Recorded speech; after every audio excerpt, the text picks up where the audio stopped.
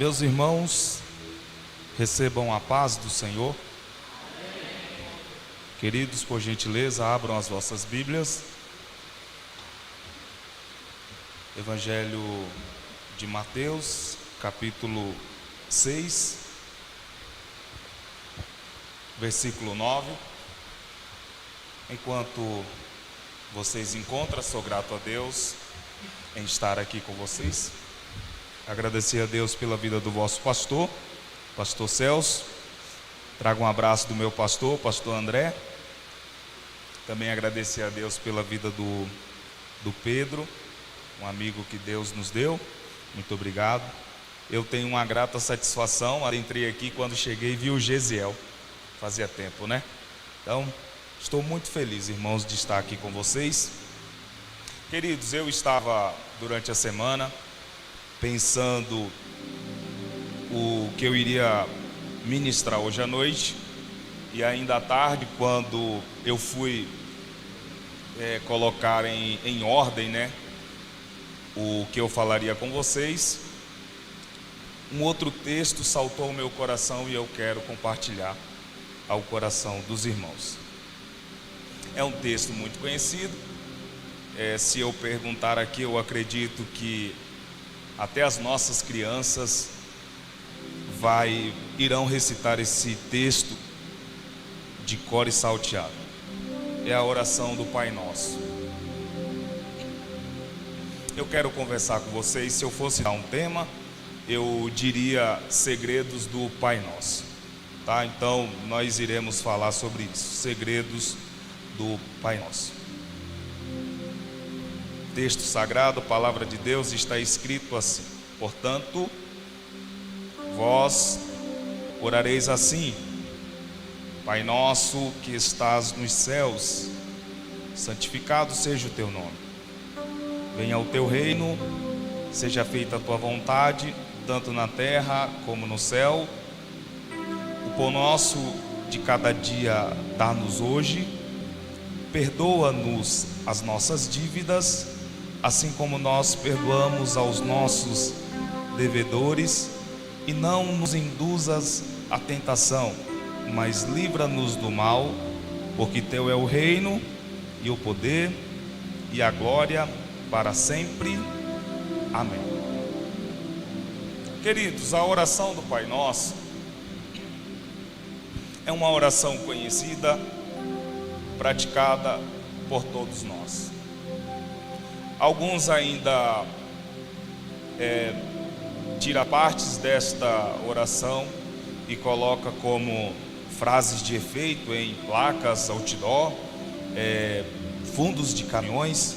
Nós vemos partes dessa oração em tantos lugares.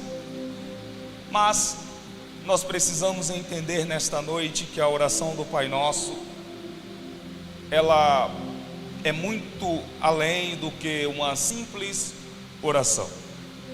A oração do Pai Nosso contém aqui bases extraordinárias e um modelo que o nosso Senhor Jesus nos entrega de como nós devemos orar. O texto que lemos não cita, porém Lucas, ele é um pouco categórico ao falar desta oração. Ele diz que Jesus estava orando ao Pai quando alguns dos seus discípulos lhe pedem: mestre, nos ensine a orar. Porventura aqueles discípulos não sabiam orar, a ponto de perguntarem a Jesus para os ensinarem a orar?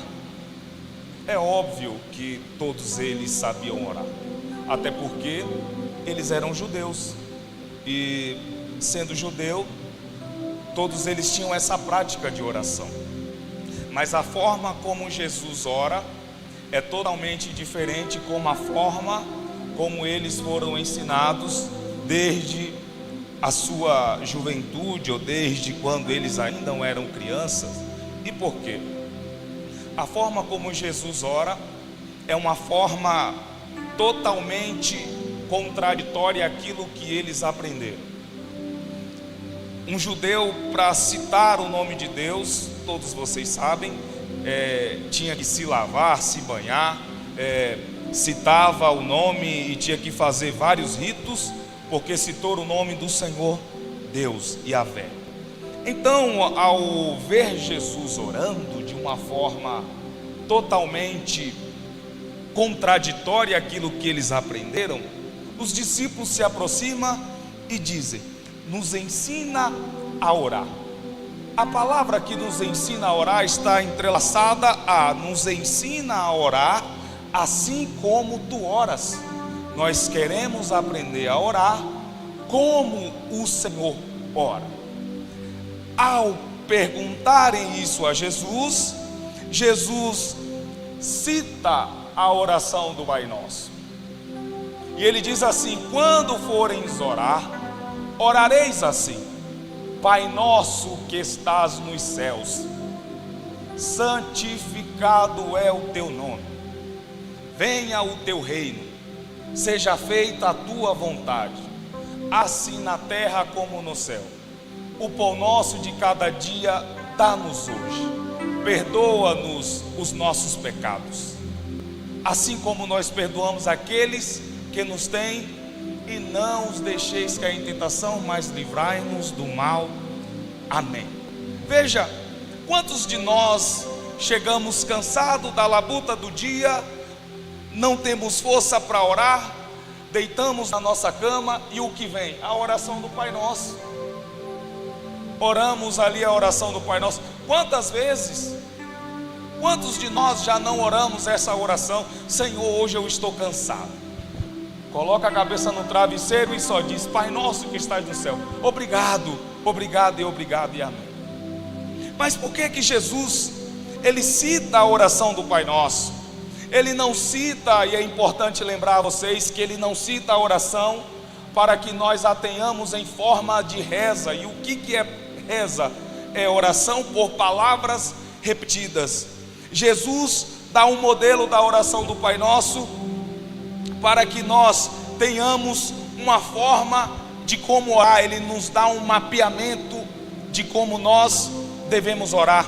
Veja bem, Jesus inicia a oração citando 3 propriedades exclusivas de Deus, e ele conclui a oração recitando as mesmas 3 propriedades exclusivas de Deus.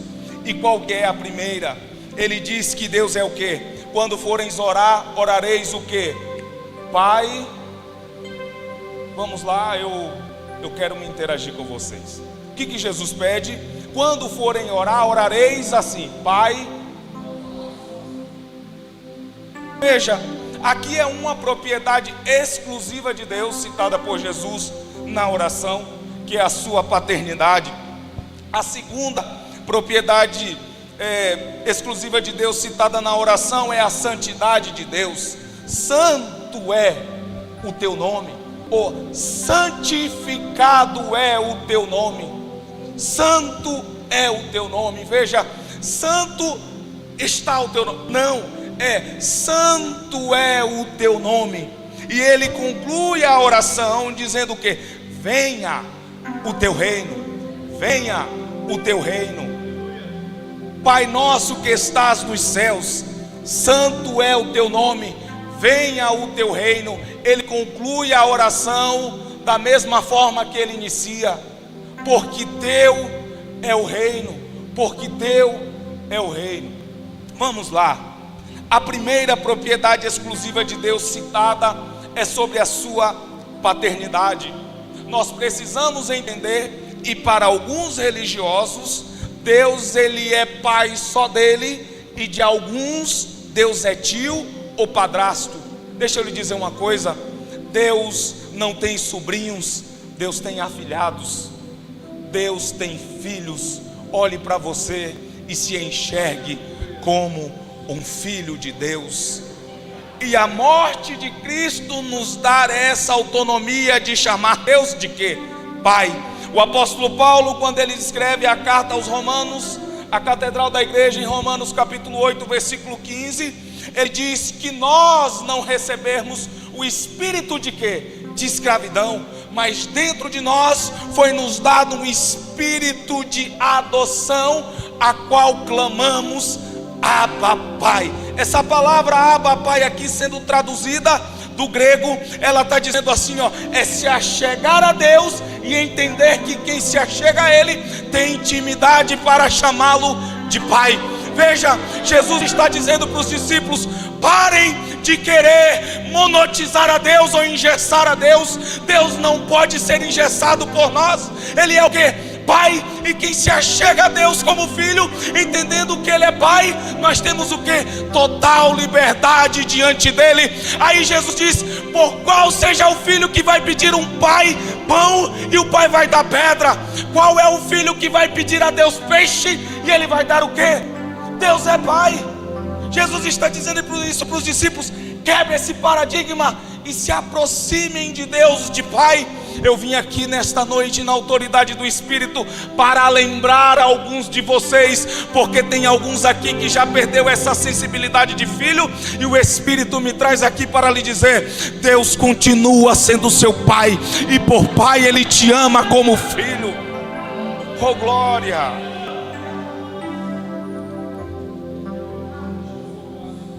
Veja, olhe para a nossa sociedade e o quanto o diabo tem tentado usurpar esse papel de pai no meio da nossa sociedade. Alguns homens têm abandonado essa capacidade que Deus nos entregou de ser pai. Gente, o que tem aí fora, o que o mundo deixa de modelo aí é famílias destruídas e mães solteiras. A nossa geração tem perdido esta questão de paternidade. Isso é muito importante para Deus. Deus prioriza a paternidade. Devemos assumir, homens, esse papel de pai, e como pai exercer o papel de paternidade.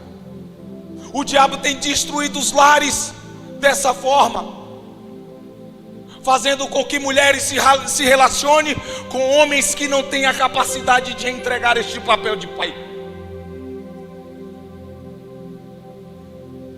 O diabo tem feito uma algazarra no mundo, e mais, tem tentado adentrar a igreja do Senhor, destruindo esta característica e essa figura paterna. Alguns aí fora estão dizendo que Deus agora é mãe. Esses dias atrás aí, não vou citar o nome para manter a ética, mas um pastor disse que dentro de Deus tem esse espírito de mãe. Vejam bem, o inimigo tem obscurecido a mente desta geração. O apóstolo Paulo grita isso, que nos últimos dias alguns apostatarão da fé, dando ouvido a espíritos enganadores e seguindo a doutrinas de demônio. 1 Timóteo 4. O diabo tem tentado adentrar e tirar do nosso coração essa sensibilidade de filhos. E eu vim aqui nesta noite para dizer a vocês: não perca esse papel de filho e continue reconhecendo Deus por Pai. Deus é o nosso Pai. E todo pai, ele faz o quê? Ama. E todo pai corrige. Se Deus te trouxe aqui, Ele está te corrigindo nesta noite, é porque Ele te ama. A correção faz parte do amor de Deus. Porque Deus não quer nos perder em nenhum momento e não quer nos deixar fora da sua vista. Deus é Pai. Jesus está desconstruindo isso da mentalidade dos discípulos. Está dizendo: orem assim, Pai Nosso. Imagina você abraçando este capítulo 8 de Romanos, versículo 15, e dizendo assim: ó Paizinho. Porque Abba é isso, Paizinho, papai. Quando um filho quer alcançar alguma coisa do pai, ele chega como: ó Paizinho, ó papai, eu te amo tanto. Se achegue a Deus assim, reconhecendo quem Ele é. Tu és o meu pai, eu sou o teu filho, e a marca de pai está cravada em mim.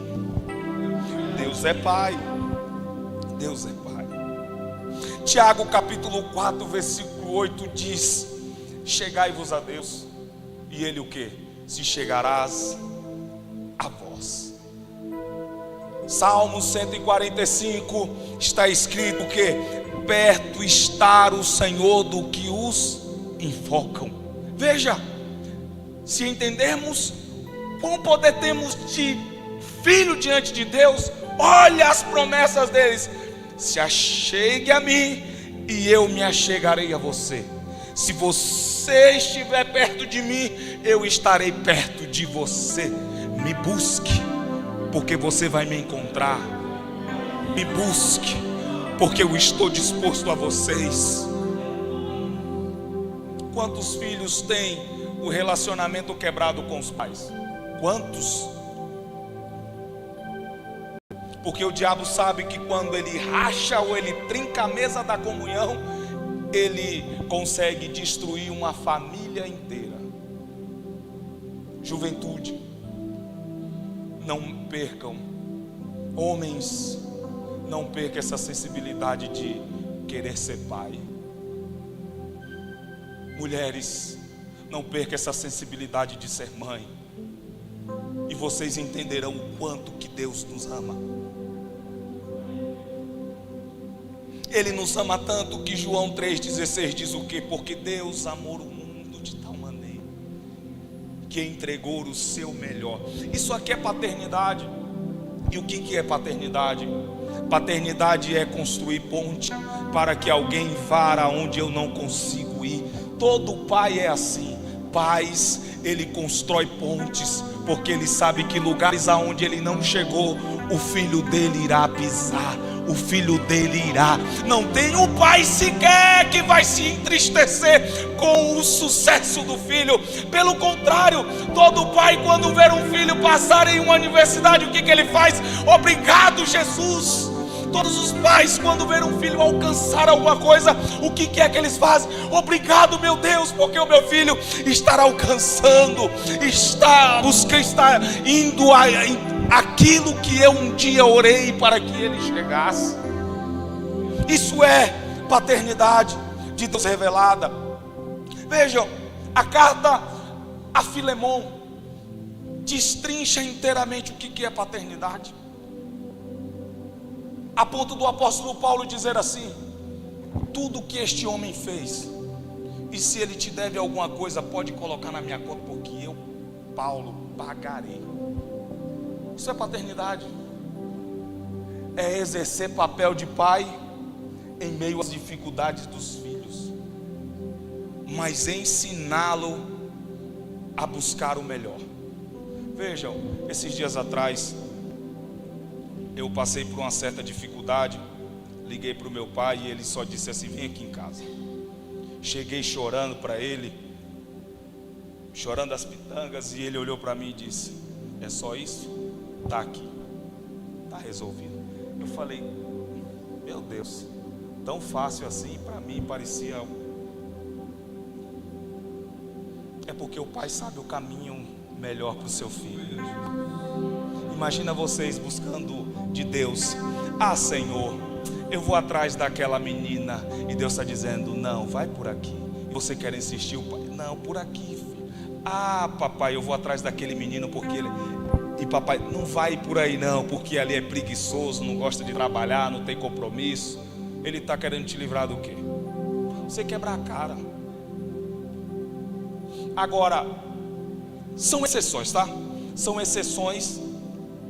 São poucos os lares aonde não tem a figura de um pai que esse lar dará certo. São exceções. Busque, pesquisa aí. E se tiver algum psicólogo aqui, pode até trazer de uma forma melhor isso aqui. Veja as estatísticas. E todos os lares que foram fracassados, ou seja, o pai deixou de exercer o papel de pai, ou não teve um pai lá dentro. É só olhar, isso é estatística. Busque e você vai ver. Então, o que Jesus está dizendo é isso. Me ensina a orar, tá? Reconheça Deus como Pai, e você vai andar na direção do quê? Do Pai. Todas as vezes que você for fazer, Pai, estou certo, pode ir meu filho, é Davi da vida, eu vou Senhor, vai não, e agora eu vou, vai. Tem hora que Deus vai dizer não vai, tem hora que Deus vai dizer vai. Isso é papel de pai. Nem sempre papai vai dizer sim, mas não é porque ele diz não que ele deixou de te amar. Vamos correr, porque eu tenho algumas coisas aqui ainda para falar. A segunda propriedade exclusiva de Deus é a sua santidade. Santo é o teu nome. Tu és santo. Deus é santo. Deus não está, Ele é santo. A santidade emana dele e vem em direção a nós e nos purifica e nos torna o quê? Santo. Isaías provou disso. Nós provamos disso. A Bíblia diz o quê? Buscar a paz com todo e a santificação, sem a qual ninguém verá a Deus. Veja, para se achegarmos a Deus, precisamos entender que Ele é santo, e essa santidade dele vai nos purificando, nos tornando, nos colocando no seu caminho, para um dia nos encontrarmos com Ele. Deus é santo, e alguns aí fora têm tentado usurpar essa santidade de Deus. Ele é santo, Deus é santo, Deus é santo, e é através do sacrifício de Jesus que nós nos tornamos limpos. É o sacrifício de Cristo que nos purifica e nos torna santo. Aí o Espírito Santo, no papel chamado Trindade, ele vem até nós, nos purificando, nos moldando, nos colocando no caminho para nos tornarmos semelhantes a quem? A Cristo. Porque Cristo é o que? Santo. E nós devemos ser o que? Santo. A terceira propriedade exclusiva de Deus, citada por Jesus em sua oração, é sobre o seu reino. Venha o teu reino, venha o teu reino. Veja, quando João Batista do Jordão começou a batizar, qual que era a pregação que ele entoava? Arrependei-vos, porque é chegado o reino dos céus. Aí os discípulos nos ensinam a orar. Jesus diz assim, ó, orem, venha o teu reino. Mas ele conclui a oração dizendo o quê? Porque teu é o reino. Já não é mais venha o teu reino, agora é porque teu é o reino. Eu falo um pouco mais sobre isso aqui à frente. Vejam bem, destrinchando a Bíblia, nós iremos descobrir que o reino de Deus ele é estabelecido de duas formas. Primeiro, o reino de Deus que governa toda a terra. Salmos 22 e Salmos 95, o salmista retrata o senhorio de Deus sobre a terra. Êxodo capítulo 15, quando o povo atravessa o mar vermelho, Moisés entoa um cântico e ele diz que Deus, ele não é apenas rei da terra, ele é rei de todo o universo. Daniel capítulo 7, versículo 14, Daniel olha e vê Jesus se apropriando do trono e o seu reino sendo estabelecido sobre a terra. Veja, o reino de Deus está dominando e governando todas as coisas, e tudo está sobre o seu controle. O livro de Jó é uma prova sobre esse reino de Deus. Quem se aproxima ou quem vai diante de Deus? O diabo. E o Senhor pergunta, de onde vens? Eu venho de rodear e passear a terra. Observastes meu servo Jó? Sim, homem temente. Veja, Deus está observando tudo. Esse é o reino dele que governa todas as coisas. Ezequiel descreve o reino do Senhor como aquelas rodas que giram, e a cada roda tem um olhar e 4 rostos de animais, e aqueles rostos não vira para frente nem para trás, porque mostra que Deus está vigiando tudo e todos. Deixa eu lhe dizer algo, passado, presente e futuro acontece simultaneamente diante de Deus. Deus conhece o nosso passado, Ele vê o nosso presente e Ele sabe do nosso futuro.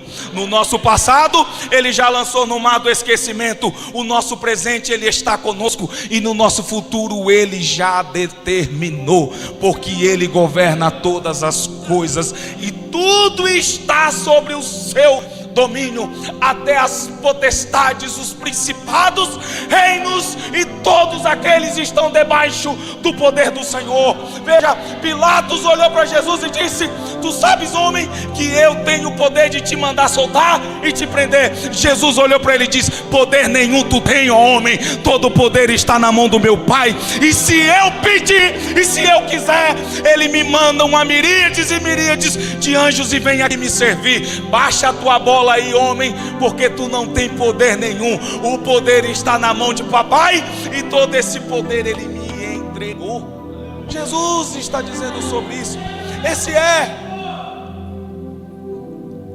Esse é o primeiro reino estabelecido de Deus. É esse reino que governa todas as coisas.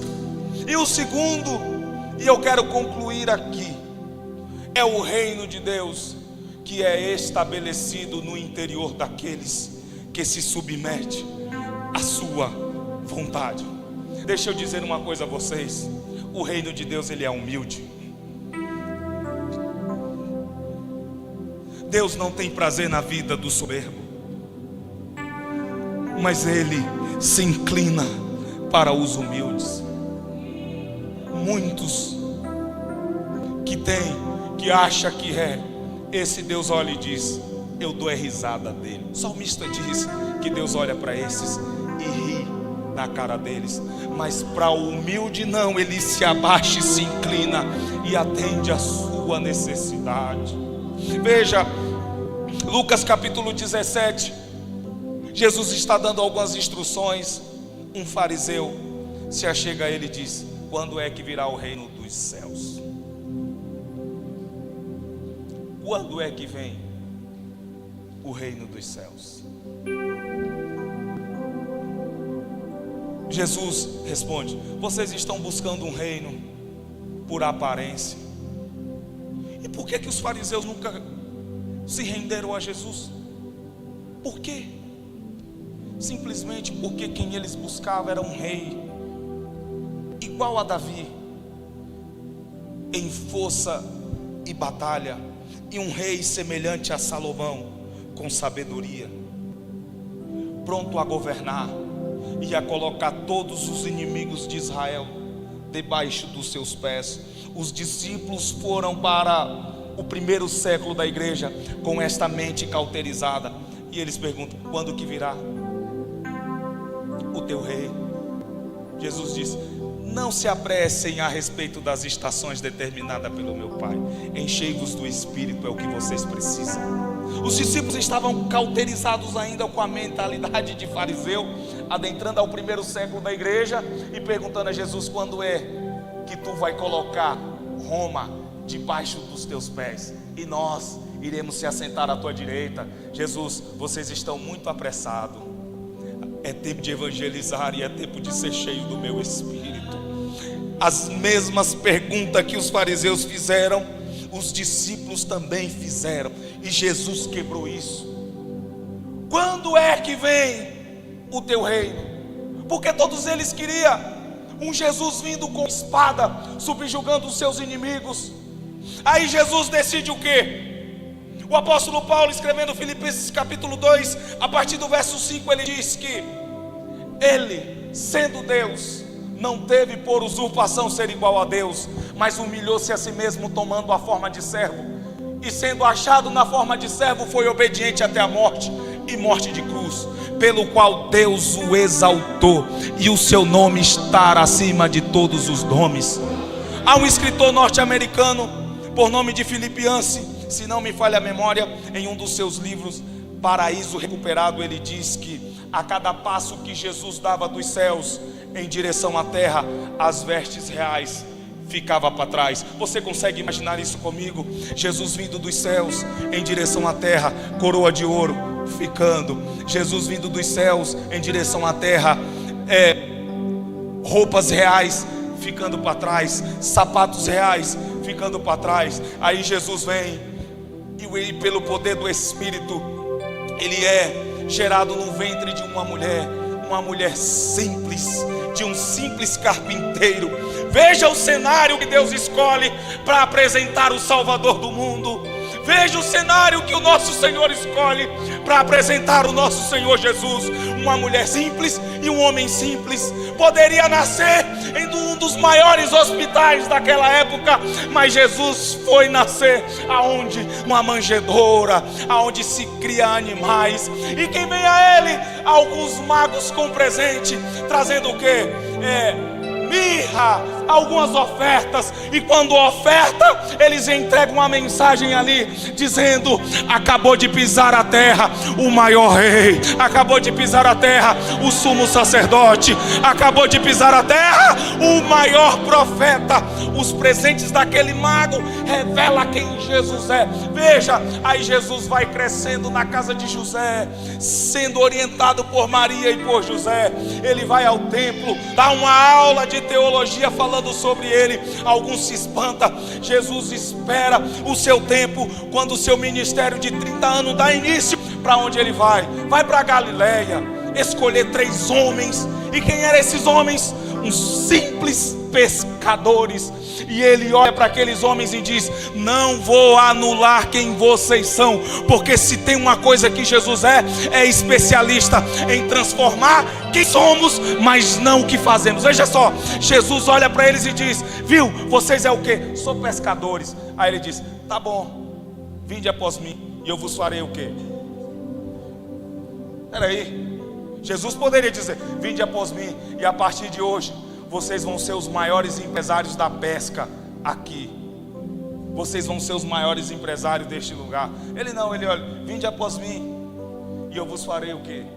Pescadores de homens. O que eles eram? Pescadores. E o que Jesus está fazendo eles ser? Pescadores. O Evangelho é o único que tem o poder de pegar pessoas excluídas da sociedade e incluí-la de volta, e entregar pessoas purificadas e transformadas. Aí Jesus vai mais adiante e ele encontra quem? Um cobrador de impostos. Quem queria andar com Mateus era considerado o maior inimigo. Ele vai um pouco mais à frente, encontra um zelote. E esse zelote é aquele que irá morrer. Jesus sabe que naquele zelote tem um espírito de que não vai retroceder ante a missão. É o tal Simão, né? Eu gostei desse homem. Vem e segue-me. Ele vai em uma figueira e encontra quem? Jesus é especialista em pegar pessoas fracassadas, gente, e transformá-las. Olhe para você e veja se você merece estar aqui. O que nós fazemos para merecermos estarmos aqui? O que? Tem pessoas no nosso meio que têm um passado tão obscuro, que se fosse ser julgada pelo seu passado, nem aqui estaria. Mas Jesus é especialista nisso. Aí alguns desinformados, quando é que vem o teu reino? Jesus olha para eles e diz: ei, vocês estão esperando um rei que vai destituir Roma. Perderam o tempo. Vocês estão esperando um rei que vai acabar com todo esse governo político. Estão perdendo tempo. E o que tu és?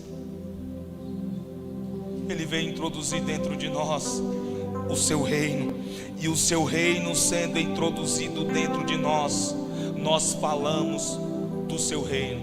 João Batista: arrependei-vos, porque é chegado o reino dos céus. Aí as pessoas: tá bom, João, me arrependo. João descia as águas batismais, batizava. Ele olhava para aquele homem e disse: o que tu fazias, não faça mais. Jesus vem no Jordão. João, quando olha, ele se assusta e diz: eu que tenho que ser batizado por ti, é tu que vens a mim. Jesus: homem, faz o que tem de ser feito, porque teu ministério se encerra hoje, e eu continuo o teu ministério, só que da minha forma. Leia a Bíblia. Depois daquele dia, João nunca mais batizou ninguém, porque agora quem está dando sequência ao ministério é Jesus. E qual que é a pregação de Jesus? Ele não anula a mensagem de João, pelo contrário, ele continua dizendo: arrependei-vos, porque é chegado o reino dos céus. Há uma diferença de Jesus para João. João prega sobre o reino, mas não manifesta o reino. Jesus não só prega sobre o reino, ele manifesta. E o que no reino dos céus tem? Aí Jesus vem com os discípulos, aquela comitiva de 12. Em Jericó ele encontra quem? Um cego, filho de Davi. No meu reino não tem cego, está curado.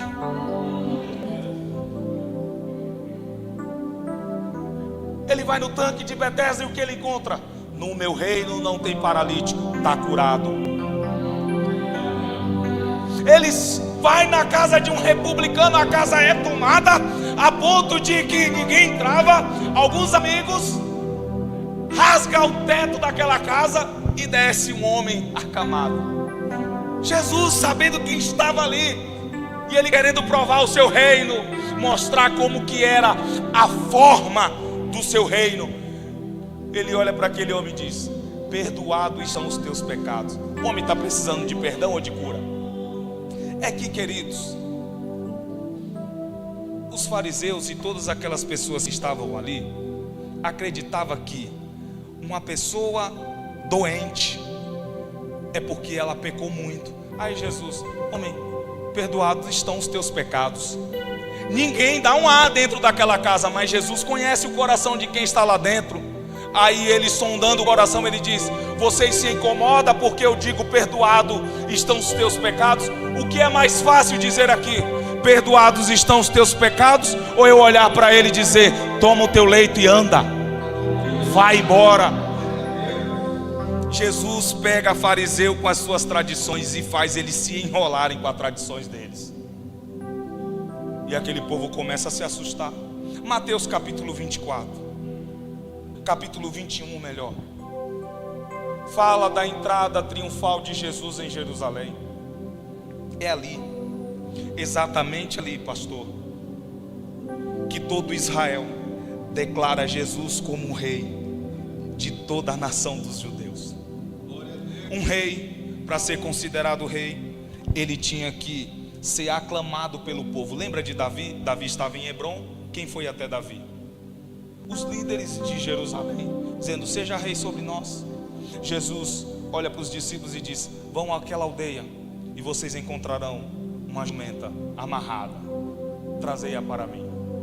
Quando eles trazem, Jesus poderia entrar em Jerusalém montado no melhor cavalo daquele lugar, mas ele decidiu entrar montado em uma jumenta, simplesmente para cumprir o que estava escrito em Zacarias capítulo 9, versículo 9: alegra-te,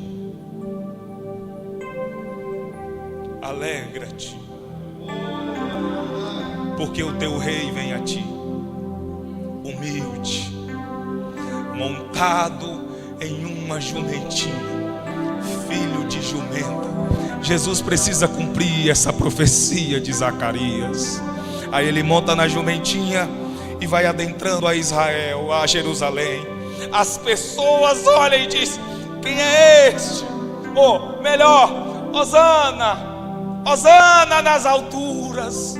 Veja eles declarando quem Jesus é para eles: bendito é aquele que vem em nome do Senhor, Hosana. Aí as pessoas abrem e alguns começam a derramar galhos de ramos, e Jesus vai passando, entrando em Jerusalém. Ele poderia naquele dia adentrar e ir tirar César do poder, Pilatos, mas não.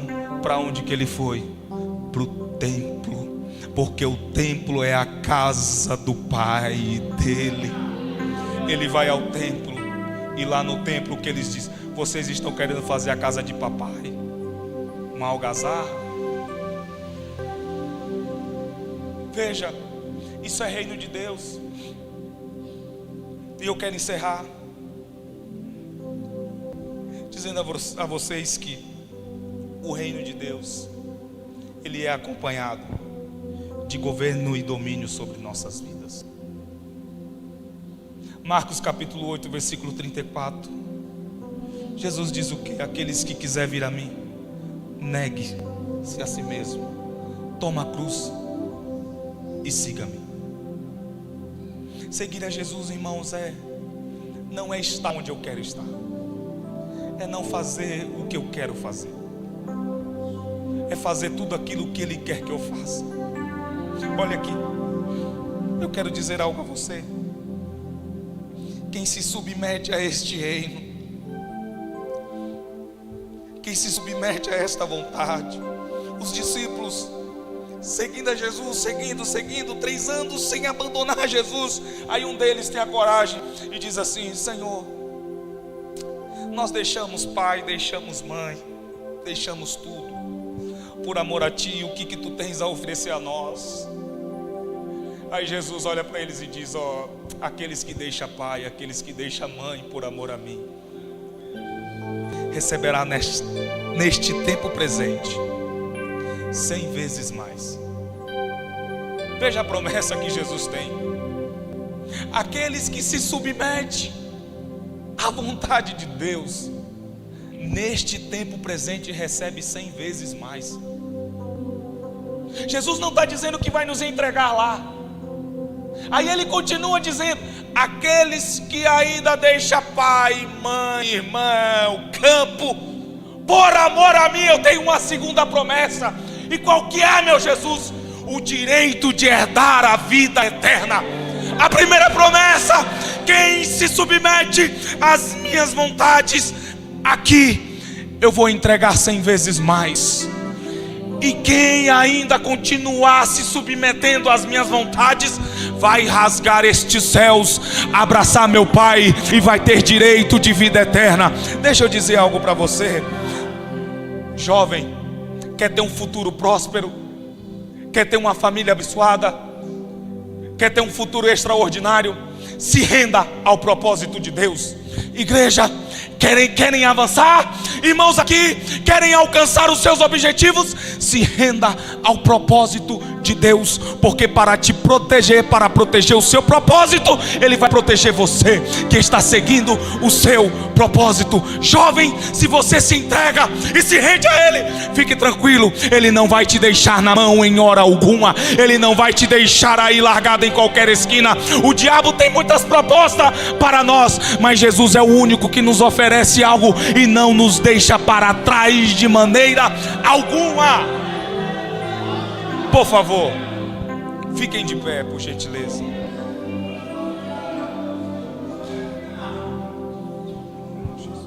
O grupo de louvor pode adorar, pastor.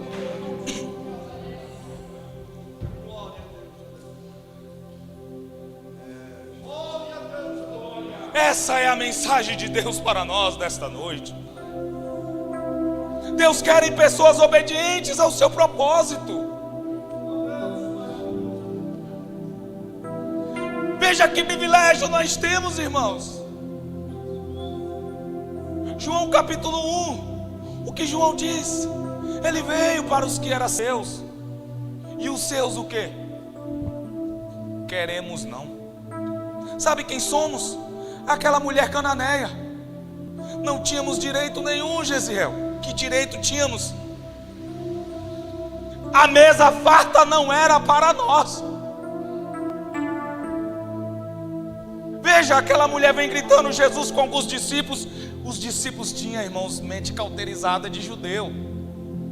Pedro só vai aprender essas questões lá na frente, quando Paulo, Gálatas capítulo 2. Aí Pedro entende que o judaísmo é apenas máscara, encobre aquilo que Deus tem para nós. Aí aquela mulher vem: Senhor, socorre-me. Socorre-me, Deus.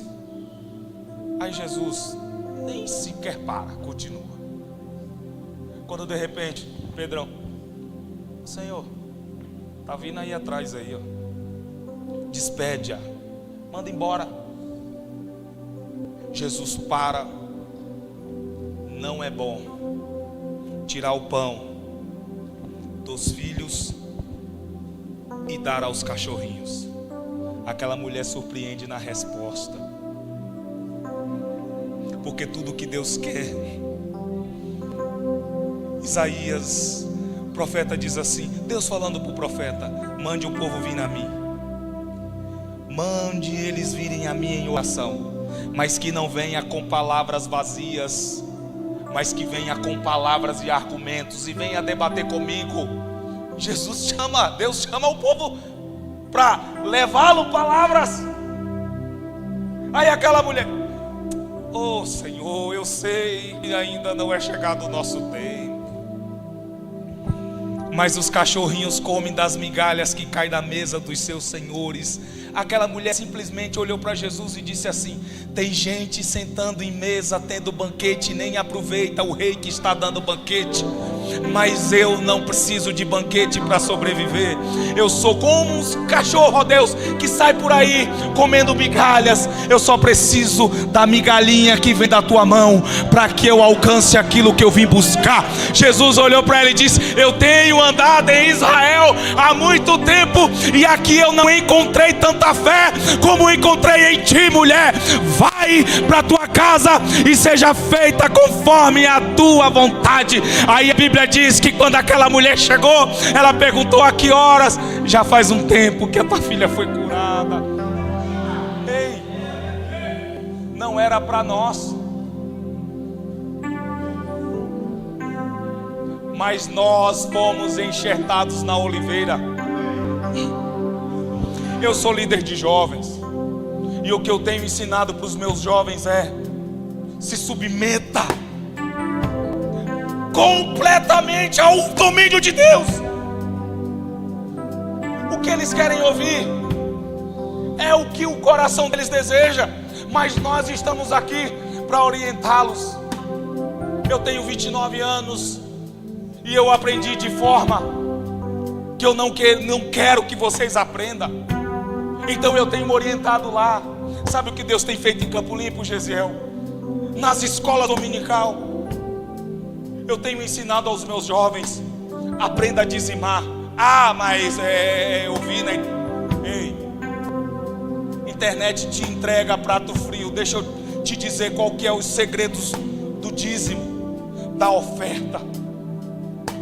Eu estou pregando o dízimo? Não. Mas nós precisamos entender esta honra. Isso aqui é honra. E eu tenho ensinado a eles, eu tenho mostrado os caminhos para eles. Sabe o que Deus tem feito? Tem levantado lá no nosso meio jovens empresários. Gente, um jovem nosso agora no final do ano,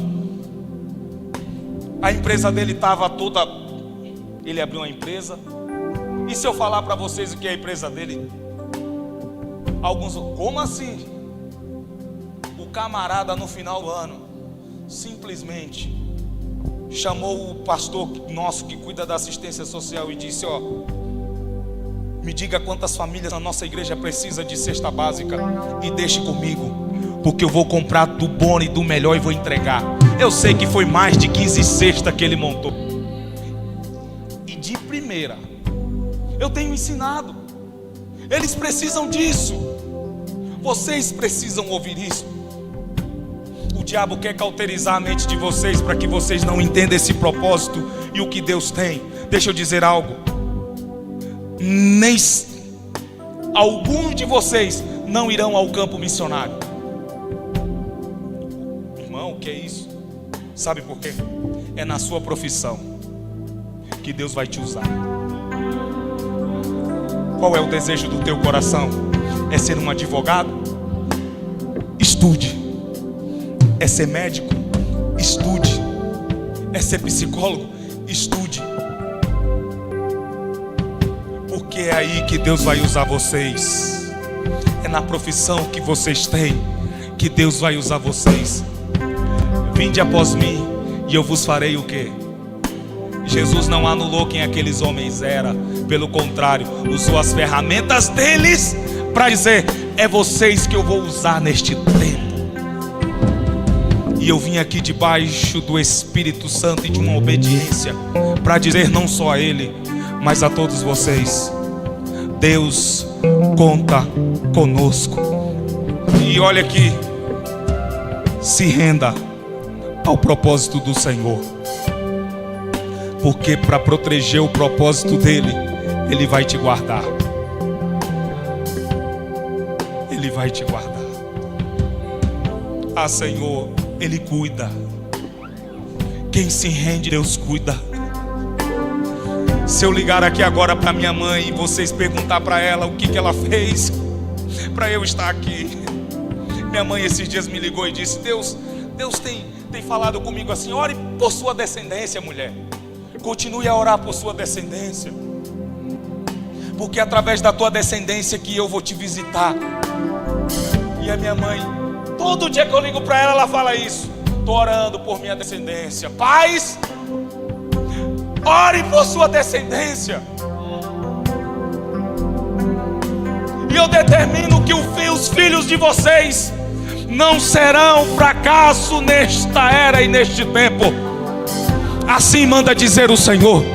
Os filhos de vocês são promessa do Senhor, são flecha na mão de Deus, e Ele os lançará para o propósito que Ele já estabeleceu. Coloquem a mão no coração, feche os olhos. Ó Deus, nós estamos aqui rendidos a Ti, Senhor. A Tua palavra foi ministrada, e eu quero pedir por cada um, ó Deus, que ouviu a Tua palavra. Tu és aquele, ó Deus, que pode nos manter firmes ao Teu propósito. Eu oro, fortaleça, Jesus, aqueles que adentraram este lugar fraco, desanimado, mas eu creio pelo poder da Tua palavra e na virtude do Teu Espírito que sairá daqui transformado, cheio de vigor, cheio de fé, para cumprir o propósito que o Senhor já estabeleceu. Senhor, eu oro por esta igreja. Será daqui, ó Deus, que o Senhor levantará grandes homens e grandes mulheres que servirão esta nação. Alguns aí estão dizendo, ó Deus, que essa juventude é uma juventude fracassada, mas através do Teu Espírito eu estou aqui para dizer que não. O Senhor fará esta juventude, ó Deus, florescer, ó Deus, junto a árvores que foi plantadas ao ribeiro, ó Deus, e que eles darão frutos para a glória do Teu nome. Ó Deus, eu oro, ó Senhor, pela liderança deste local, que seja eles, ó Deus, que o Senhor irá usar neste tempo para determinar palavras para esta igreja, para esta juventude, para os adolescentes. Eu oro por nossas crianças, eu oro, Jesus, Senhor, que nós venhamos estar firmes, e eu peço para que o Senhor nos ajude a estar firmes em Ti. Ó Deus, queremos, ó Pai, nesses últimos dias cumprir todo o Teu chamado e ficarmos de pé ante a Tua palavra. Ó Senhor, esteja conosco, não só hoje, mas para sempre, em nome de Jesus. Irmãos, antes de eu encerrar, tem alguém aqui no nosso meio que está afastado, ou que adentrou esta casa e ainda não entregou a sua vida a Jesus? Você que está afastado, ou você que ainda não entregou sua vida a Jesus, o Senhor manda te dizer: se renda ao meu propósito, e tu verás o que eu farei na tua história e na tua vida. Tem alguém? Se tiver, levanta a mão assim, só para a gente te conhecer. Não tem? Fique com esta palavra. Juventude, chegou o nosso tempo. Adolescentes, chegou o tempo de vocês. E não digam, eu sou uma criança, porque como Deus disse para Jeremias, Ele diz para vocês: as palavras serão postas nas vossas bocas, e vocês falarão aquilo que o Senhor mandar. Amém. Obrigado, pastor Pedro Gesiel.